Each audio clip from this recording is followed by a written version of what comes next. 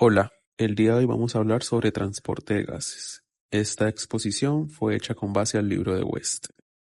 Para comenzar, debemos entender que la respiración no se limita al intercambio en los alveolos. De nada sirve una buena ventilación si no tenemos un sistema eficiente para mover esos gases en el cuerpo. El transporte de gases es el puente crítico entre la atmósfera y las células. Como veremos, el oxígeno tiene un problema. No se disuelve bien en los líquidos. Si solo dependiéramos del oxígeno disuelto en plasma, apenas podríamos mantener vivo a un organismo microscópico. Por eso, el libro de West enfatiza en la importancia de la hemoglobina, ya que ésta aumenta en un 65% la capacidad de transporte. En esta exposición analizaremos las leyes físicas que rigen este movimiento, como la ley de Henry, y cómo el cuerpo logra un equilibrio perfecto para liberar el oxígeno exactamente donde más se necesita. El intercambio gaseoso es el proceso fundamental por el cual el oxígeno ingresa al cuerpo y el dióxido de carbono es eliminado. En los pulmones, el oxígeno pasa de los alveolos a la sangre mientras que el CO2 hace el recorrido inverso.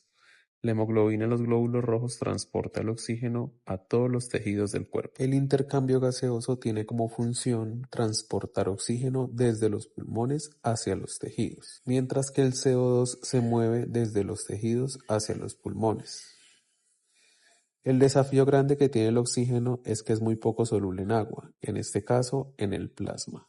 La solución que el cuerpo hace es que evoluciona unas proteínas especializadas que se llama hemoglobina. La homeostasis es el transporte de gases que es fundamental para que el equilibrio ácido-base en el organismo se pueda dar. Hablemos ahora de la ley de Henry. West comienza planteando que el oxígeno viaja de dos formas. La primera es disuelta físicamente en el plasma. Según la ley de Henry, si duplicamos la presión, duplicamos el gas disuelto. Sin embargo, noten lo pequeño que es este número, 0,003. Si multiplicamos eso por una presión arterial normal de 100, tendríamos apenas 0,3 mililitros de oxígeno por cada 100 mililitros de sangre. Esto es tan poco que, si solo tuviéramos esta forma de transporte, el corazón tendría que bombear más de 100 litros de sangre por minuto para mantenernos vivos. Esto nos da el pie perfecto para entender por qué la hemoglobina es evolutivamente necesaria. Antes de pasar a la hemoglobina, miremos cómo se comporta la ley de Henry en la solubilidad de los gases. Para entender cómo llega el oxígeno a nuestras células, primero debemos analizar su comportamiento físico a través de la ley de Henry. Esta ley establece que la cantidad de un gas que se disuelve en un líquido es directamente proporcional a su presión parcial. Aquí nos enfrentamos a un desafío biológico importante. La solubilidad del oxígeno es extremadamente baja, ya que su coeficiente en el plasma es de apenas de 0,003 mililitros de oxígeno por cada 100 mililitros de sangre. Para que se den una idea de lo crítico que es este valor, si lo comparamos con el dióxido de carbono, el CO2 es aproximadamente 20 veces más soluble en el oxígeno, lo que facilita enormemente su transporte en estado disuelto. Debido a esta baja solubilidad, el oxígeno, incluso con una presión arterial de 100 mililitros de mercurio, solo tendríamos 0,3 mililitros de oxígeno disuelto por cada 100 mililitros de sangre. Si nuestra supervivencia dependiera únicamente de esta forma de transporte, el corazón tendría que bombear cerca de 100 litros de sangre por minuto para cubrir este gasto metabólico en un adulto en reposo. Como nuestro gasto cardíaco normal es de solo 5 litros por minuto, queda claro que el oxígeno disuelto es insuficiente para la vida y que la existencia de la hemoglobina es una necesidad fisiológica absoluta. En la imagen vemos representada gráficamente la ley de Henry aplicada al oxígeno. Es una gráfica de ejes muy sencilla pero con un mensaje fundamental para la fisiología. En el eje horizontal, en el X, encontramos que tenemos la presión parcial de oxígeno, medida en milímetros de mercurio, y en el eje vertical Y tenemos contenido de oxígeno disuelto en la sangre. Como se puede ver, la línea es completamente recta. Esto nos confirma que la relación es directamente proporcional. Si duplicamos la presión de oxígeno en el alvéolo, se duplicará la cantidad de oxígeno que logra disolverse en el plasma. Sin embargo, evidenciamos que la pendiente es baja en esta línea, incluso cuando alcanzamos una PO2 de 100 milímetros de mercurio, que es el valor normal en nuestras arterias. El contenido de oxígeno apenas llega a 0,3 mililitros por cada 100 mililitros de sangre. Esta gráfica es la prueba visual de la ineficiencia del plasma como transportador.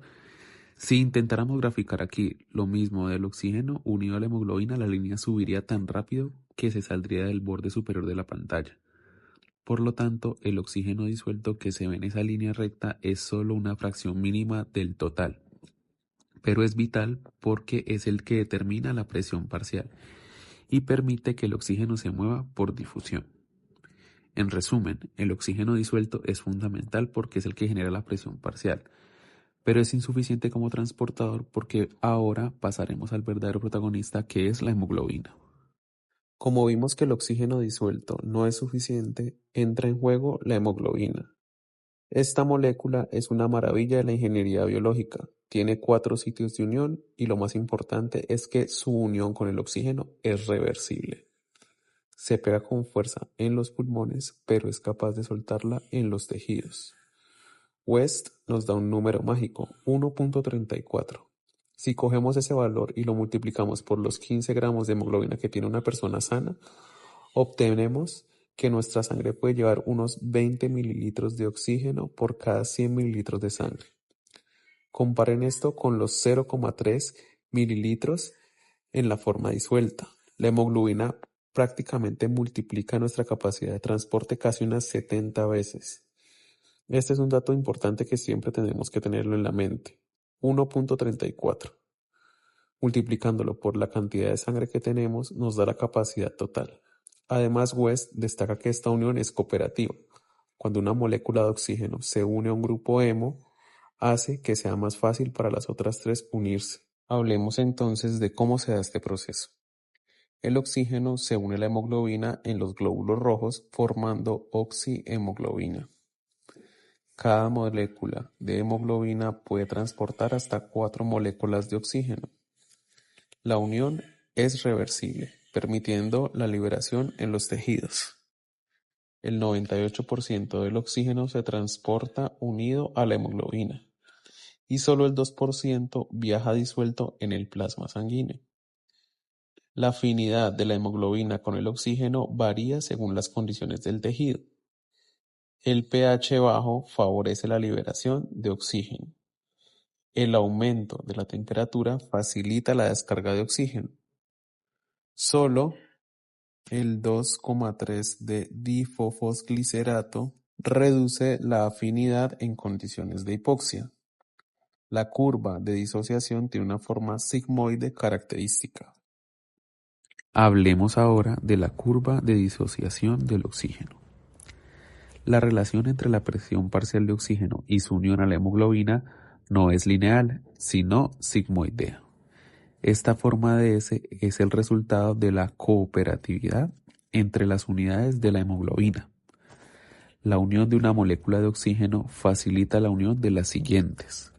La curva presenta una parte superior plana, que se llama meseta, que actúa como una margen de seguridad para la oxigenación arterial, y una parte inclinada que asegura que los tejidos periféricos reciban grandes cantidades de oxígeno con solo una pequeña caída de la presión parcial, optimizando así la entrega de un gas según la demanda metabólica. Esta es la famosa curva de West. Observen que no es una línea recta, tiene una forma de S. Y es una ventaja evolutiva brillante, ya que en la parte de arriba de la meseta vemos que aunque la presión baje de 100 a 80, la saturación de sangre no cambia, o casi no cambia. Eso nos protege a los adultos y si tenemos una leve enfermedad pulmonar, podamos preservar nuestra saturación lo más posible. Pero miren la parte pendiente, ya que en los tejidos donde la presión es baja, cerca de 40 milímetros de mercurio, la curva cae rápidamente y esto significa que la hemoglobina suelta el oxígeno muy fácilmente justo donde las células lo están necesitando. Es ahí el punto clave llamado P50. que es de 27 milímetros de mercurio. Si este valor cambia, significa que la afinidad de la hemoglobina por el oxígeno ha cambiado. Continuando con el tema, el transporte de dióxido de carbono. El CO2 se transporta de tres formas diferentes en el cuerpo. Una de ellas es disuelto en el plasma. Cuando se da el intercambio gaseoso entre el alveolo y el capilar, el 10% de este intercambio del CO2 pasa directamente al plasma. Otra manera es como iones de bicarbonato. Entonces, para generar bicarbonato dentro del cuerpo necesitamos moléculas de agua y de hidrógeno y CO2. Estas tres juntas forman el bicarbonato. Entonces, estos enlaces se pueden llevar a cabo dentro de la mate o fuera de la mate. Fuera de la mate este proceso es un poco más lento, ya que no contamos con la enzima anhidrasa carbónica. Dentro de la hematite es más rápido, ya que contamos con esta enzima, pero cuando está el bicarbonato dentro de la hematite es más difícil de que salga de ella, gracias a la membrana que rodea la hematite. Entonces necesitamos que pasen iones de cloro para que, de decirlo de esta manera, despolarice la membrana y así pueda salir el bicarbonato de la hematite. Otra manera que se transporta el CO2 es uniéndose a la proteína de la hemoglobina, que juntas formarían la carbonhemoglobina. Este sistema eficiente permite eliminar el CO2 producido por el metabolismo celular hacia los pulmones. El CO2 disuelto, al igual que el oxígeno, obedecen a la ley de Henry, pero el CO2 es 24 veces más soluble que el oxígeno. El bicarbonato se forma en la sangre, como ya lo explicamos anteriormente. Para la generación de la carbonhemoglobina se necesita que el CO2 se una a uno de los grupos terminales de las proteínas sanguíneas. La curva de asociación del dióxido de carbono. En la imagen se muestra la relación entre la presión de CO2 y la concentración total de CO2 en la sangre. Esta es mucho más lineal que la curva de asociación de la hemoglobina, y obsérvese también que en cuanto es menor la saturación de hemoglobina en sangre, es mayor la concentración del CO2 por una presión de CO2 determinada. Como ya hemos visto, el efecto Haldane puede explicarse por la mejor capacidad de la hemoglobina reducida para tomar los hidrogenones producidos cuando se disocia el ácido carbónico y la mayor facilidad de la hemoglobina reducida para formar carbonhemoglobina. Entonces, en conclusión, encontramos que la curva del CO2 tiene una mayor pendiente y es más lineal que la curva del oxígeno, y esta se puede desviar hacia la derecha si se produce un aumento en la saturación, y la relación es directa, no presenta una meseta de saturación. Si la PCO2 sube, el contenido en sangre es casi proporcional. Aquí encontramos la ley de Field. La ley de Field hace referencia a la velocidad de la transferencia de un gas a través de una lámina tisular. Entonces encontramos que necesitamos cuatro componentes, que son el espesor, el área, el gradiente y la solubilidad. Entonces, el espesor o la superficie es directamente proporcional a la presión del gas, y entre ambos lados son inversamente proporcional al grosor, es decir, al espesor. El área, entre mayor área, mayor perfusión voy a tener. Y la solubilidad, pues dependiendo de qué tan soluble es el gas, asimismo va a traspasar la membrana. Intercambio de gases entre la sangre y los tejidos. El CO2 y el oxígeno se transportan en la sangre a través de los capilares sistémicos para llegar a los tejidos, y esta difusión se da de manera simple. Para que esta difusión simple se lleve a cabo, necesitamos de los cuatro componentes de la ley de Fick que hablamos anteriormente, los cuales son el área, el espesor, la solubilidad y el gradiente de presión. Encontramos en la literatura que el grosor de la membrana alveolo-capilar es menor de 0.5 micras, pero la distancia entre los capilares abiertos en el músculo en el reposo es de 50 micras. Según esta literatura, durante el ejercicio, el consumo de oxígeno aumenta en el músculo, se abren más los capilares, por lo cual disminuye la distancia de difusión y aumenta el área para la misma. Como el CO2 difunde 20 veces más rápido que el oxígeno, eliminar el CO2 no es un problema mucho mayor que el aporte del oxígeno. Perfusión. La perfusión es el proceso por el cual la sangre oxigenada es entregada a los tejidos, de los lechos capilares a los tejidos. Encontramos que para que esto se lleve a cabo tenemos unos determinantes que son el aporte. Para ver el consumo vemos la tasa metabólica. Necesitamos de que haya un gradiente. A medida que la sangre avanza por el capilar, el P2 cae porque el oxígeno se difunde hacia las mitocondrias. Hay unos limitantes de la perfusión que en condiciones normales la entrega del gas depende del flujo sanguíneo y no solo de la difusión. El estado ácido-base de la sangre está determinado por la ecuación de Henderson-Hasselbalch.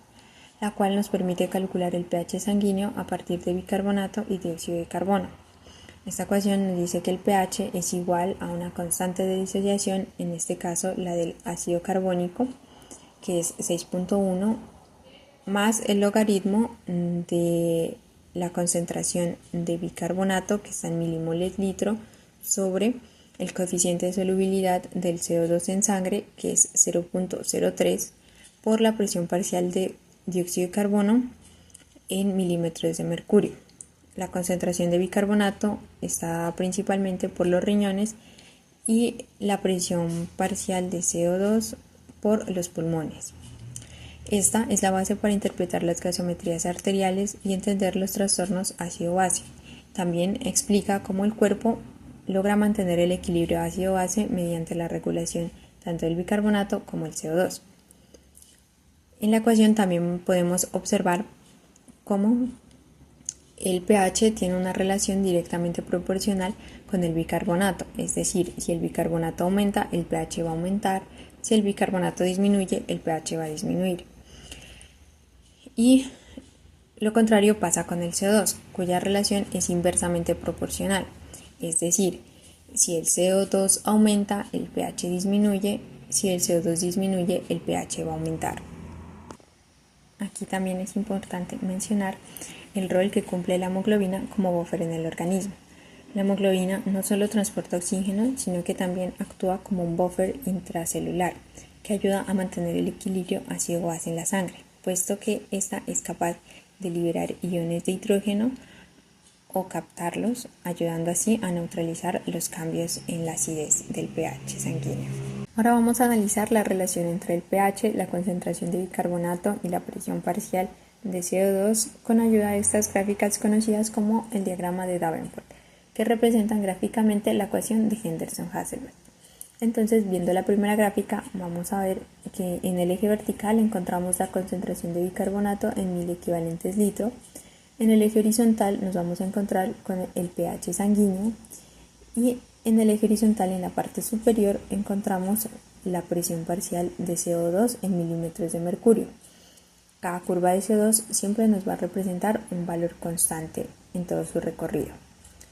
Y la línea diagonal que vemos en azul nos va a representar un valor normal de bicarbonato.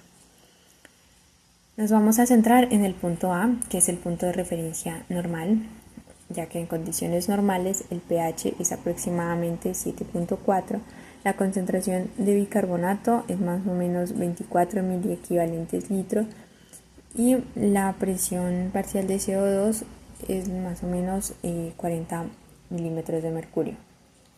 Partiendo de aquí, vamos a empezar a tratar de explicar las alteraciones respiratorias y metabólicas. En las alteraciones respiratorias, estas van a estar dadas principalmente por cambios en el CO2. Entonces vamos a ver, por ejemplo, el punto B. En el punto B nos damos cuenta que los valores de CO2 han aumentado. Ya pasamos de la curva de 40 milímetros de mercurio a la de 60 milímetros de mercurio, con un bicarbonato que se ha mantenido dentro de su rango normal. Siguiendo la dinámica del diagrama y la ecuación de Henderson-Hasselbalch, nos damos cuenta que en el punto B el pH ha disminuido, es decir, está acidótico. Por lo tanto, aquí en este punto B nos encontramos con una acidosis respiratoria. Ahora, el organismo, para tratar de llegar de nuevo a un pH en equilibrio, va a empezar a hacer una compensación renal, es decir, en este caso, aumentar el bicarbonato. El bicarbonato se va a empezar a desplazar sobre la misma curva de CO2 hasta llegar al punto D, que lo podemos ver en la segunda gráfica.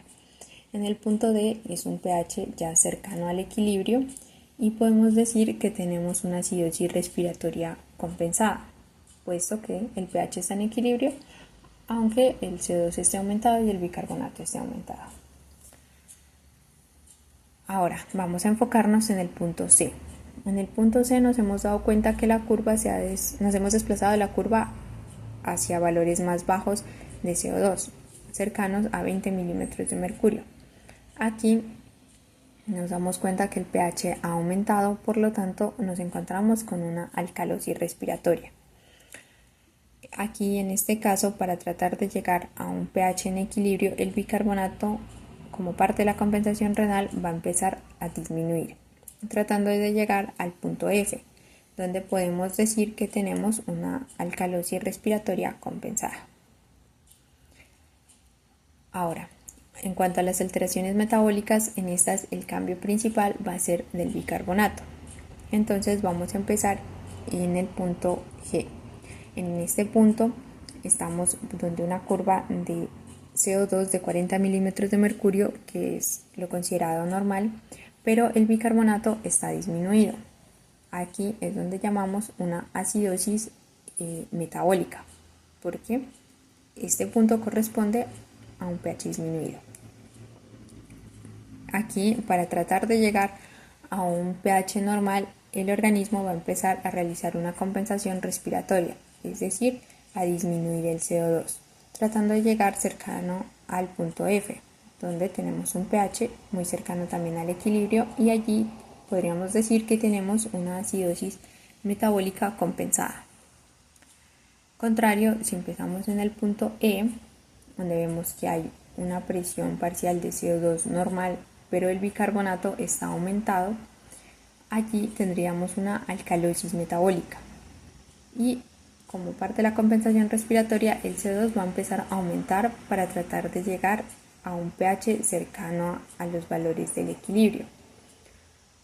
Por lo tanto, vamos a aumentar el CO2 tratando de llegar al punto D, donde podríamos decir que tenemos una alcalosis metabólica compensada. El organismo siempre intenta restaurar el pH normal mediante compensaciones que pueden ser de la parte renal o respiratoria. Entonces, en alteraciones respiratorias, los riñones siempre van a empezar a ajustar el bicarbonato. Este método o forma de compensación es una forma lenta que va a demorar días.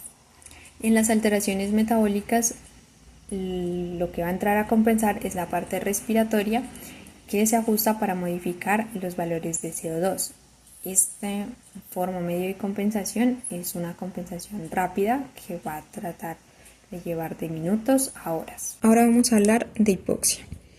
La hipoxia es una condición en la que los tejidos del cuerpo no reciben suficiente oxígeno para funcionar adecuadamente. Existen 4 tipos dependiendo de su causa. La hipoxia hipoxémica o hipóxica se refiere a la que es causada por una disminución en la presión parcial de oxígeno en la sangre arterial. Es decir, aquí el problema principal está en que la sangre no lleva suficiente oxígeno. Puede ser debido a una baja concentración de oxígeno en el aire inspirado, como cuando se está a una altitud elevada, o cuando hay problemas pulmonares, alteraciones en la difusión del oxígeno o problemas de ventilación. La hipoxia anémica ocurre cuando la cantidad de hemoglobina funcional en la sangre es insuficiente para transportar el oxígeno, aunque la presión parcial de oxígeno en la sangre arterial sea normal. En este caso, el oxígeno sí está presente en la sangre, pero no puede ser transportado adecuadamente a los tejidos. Se puede presentar en enfermedades como la anemia, en la cual hay una disminución del número de glóbulos rojos, o la intoxicación con monóxido de carbono, el cual se une a la hemoglobina con mucha más afinidad que el oxígeno, el cual es desplazado. En la hipoxia circulatoria, esta se produce cuando la sangre oxigenada no llega adecuadamente a los tejidos, a pesar de que se tenga un contenido arterial de oxígeno normal. El problema aquí está en la perfusión y no en la cantidad de oxígeno en la sangre. Causas comunes pueden ser la insuficiencia cardíaca, estados de shock, obstrucción vascular o compresión de vasos sanguíneos. Y por último tenemos a la hipoxia histotóxica, en la cual la cantidad de oxígeno en la sangre y la perfusión son normales, pero las células no pueden utilizar el oxígeno adecuadamente. Esto ocurre porque hay toxinas o sustancias que interfieren con el metabolismo celular del oxígeno, como por ejemplo en la intoxicación por cianuro, el cual bloquea la cadena respiratoria mitocondrial e impide que las células usen el oxígeno para poder producir energía. En esta tabla nos vamos a encontrar con las características de hipoxia o hipoxemia tisular en algunas condiciones clínicas. Inicialmente tenemos la hipoventilación, la alteración de la difusión, el cortocircuito o el desequilibrio de ventilación-perfusión. En estas condiciones nos vamos a encontrar una presión arterial de oxígeno disminuida. Independientemente de si la presión alveolar de oxígeno esté normal o disminuida, lo que nos clasifica este tipo de condiciones como una hipoxia hipóxica va a ser el contenido arterial de oxígeno disminuido. Estos son pacientes que los vamos a encontrar desaturados y en los cuales la administración de oxígeno suplementario nos va a ser útil. En condiciones como la anemia y la intoxicación por CO2 vamos a encontrar presiones alveolares y arteriales, tanto de oxígeno como CO2, normales, pero el contenido arterial de oxígeno sí va a estar disminuido. Estos pacientes no necesariamente van a estar desaturados, pero el oxígeno suplementario nos puede ser útil también. Y sería lo que conocemos como hipoxia anémica. Y en la intoxicación por cianuro es lo que llamamos hipoxia histotóxica, en las cuales vemos que los únicos valores que están afectados aquí son el contenido venoso de oxígeno y la presión parcial de oxígeno en la sangre venosa, que están aumentados en ambas, y es porque aquí los tejidos no pueden utilizar todo el oxígeno que sí está en la sangre, que vemos que pues ha llegado de manera normal a la sangre. En estos casos la administración de oxígeno suplementario no nos va a ser útil. Como conclusión, podemos decir que el sistema respiratorio y circulatorio trabajan en perfecta sincronía para poder garantizar un transporte eficiente de gases. Mientras los pulmones son los encargados de realizar este intercambio gaseoso, la hemoglobina cumple un rol fundamental como transportador especializado de estos gases. La eficiencia de este sistema va a depender de factores como la superficie de intercambio alveolar, concentración de hemoglobina, un flujo sanguíneo adecuado y un gradiente de presión parcial de gases. Comprender estos mecanismos es fundamental para nuestro desarrollo profesional desde la salud respiratoria y cardiovascular.